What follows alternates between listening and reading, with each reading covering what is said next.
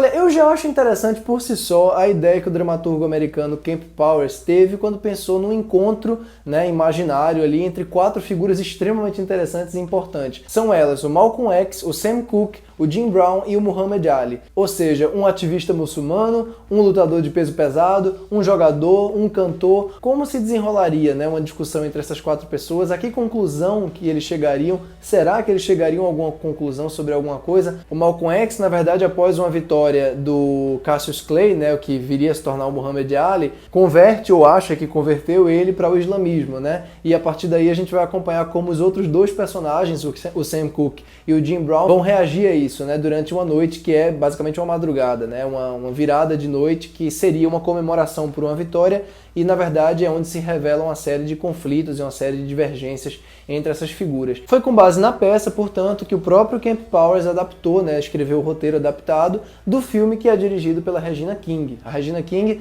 todo mundo conhece ela provavelmente pelo Se a Rua Beio Falasse, do Barry Jenkins, filme pelo qual ela ganhou o Oscar de melhor atriz coadjuvante, e mais recentemente pela série Watchmen, né? E dos pouquíssimos trabalhos que eu vi da Regina King até aqui como atriz, já dá para notar uma força muito grande, uma contundência na interpretação e uma contenção também de emoção. E em Uma Noite em Miami, apesar de ser um filme dela como diretora, né, o primeiro longa dela na direção, e de ela não ser uma das atrizes do filme, essas mesmas qualidades, curiosamente, também conseguem ser identificadas no resultado final. Justiça seja feita, Uma Noite em Miami não consegue esconder em momento nenhum o caráter teatral dele. Não que o filme tenha que esconder, né? Vários filmes que inclusive não são baseados em peças, como por exemplo Os Oito Odiados do Tarantino ou Roda Gigante do Woody Allen, para ficar em exemplos mais recentes, tem esse caráter teatral, né? E não fazem nenhuma questão de esconder essa força dos monólogos e da deixa, né? Da atuação muito encenada e da composição de cena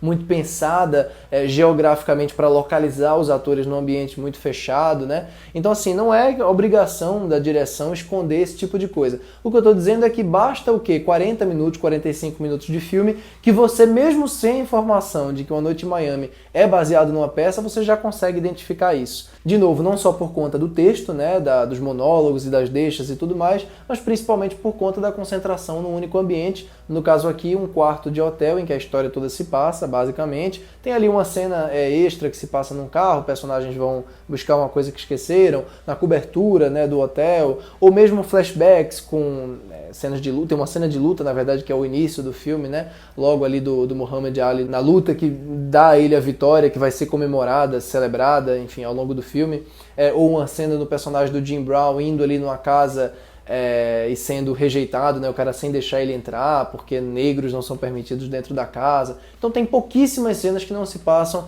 nesse cenário. Todo o conflito, todo o drama, todo o desenrolar da ação se passa nesse quarto de hotel. E é muito bacana que, ao contrário, por exemplo, da Voz Suprema do Blues, que eu cheguei a fazer crítica aqui no canal, aquele filme com a Viola Davis e o Chadwick Boseman, Uma Noite em Miami, ele consegue tornar essa história mais maleável, mais cinematográfica. Em outras palavras, não dá a sensação ao longo do filme que a Regina King está tendo que parar a ação para os personagens vomitarem o monólogo, para os personagens exporem aquela coisa toda que eles estão sentindo ali, botar para fora e a câmera fica super manipulativa, nada disso. É uma direção que permite que a ação se desenrole de maneira muito cinematográfica. Por quê? Porque tem vários momentos, por exemplo, em que um personagem se afasta dos outros enquanto a discussão continua, por exemplo. E a gente acompanha, naquele momento, a reação desse personagem escutando aquelas coisas. Então, tem certas sutilezas aqui, certos silêncios que no teatro, né, na linguagem teatral, não cabem tanto, né? O teatro exige uma dinâmica mais expansiva, né, levando em conta ali a limitação de visibilidade do público, e é importante que um filme que tenha essa dinâmica teatral, que seja um teatro filmado, consiga justificar o porquê dele estar fazendo um filme daquilo e que não seja só um subproduto da peça, por assim dizer, né? E Uma Noite em Miami com certeza é um filme que se justifica muito bem cinematograficamente, ele funciona bem como um filme, né? Mesmo que ele tenha assim esse caráter teatral, esse caráter de peça. e justiça seja feita mais uma vez, essa maleabilidade se deve principalmente a uma muito boa distribuição do protagonismo, né? Nenhum dos quatro assume propriamente a liderança da história. Sempre que você acha que um dos quatro personagens está mais escanteado, né, o roteiro encontra uma forma de encaixar muito organicamente o personagem no conflito, né? Então o personagem diz uma coisa que parece uma verdade muito redondinha, que parece uma lição de moral muito bem dita, uma resposta, uma réplica, uma retórica muito boa, e aquilo de alguma maneira já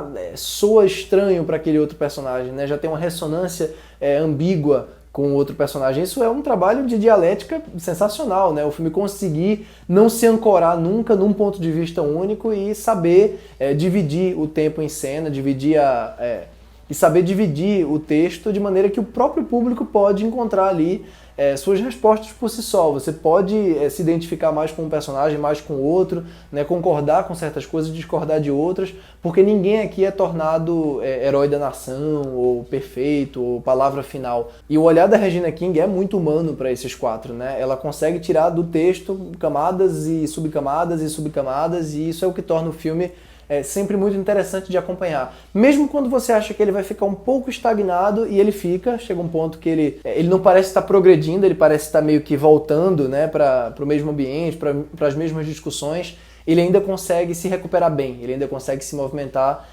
de maneira que você nunca acha desinteressante. Agora sim, eu tô falando isso, mas a minha impressão do filme, e aí para deixar claro, é um chutômetro mesmo, tá?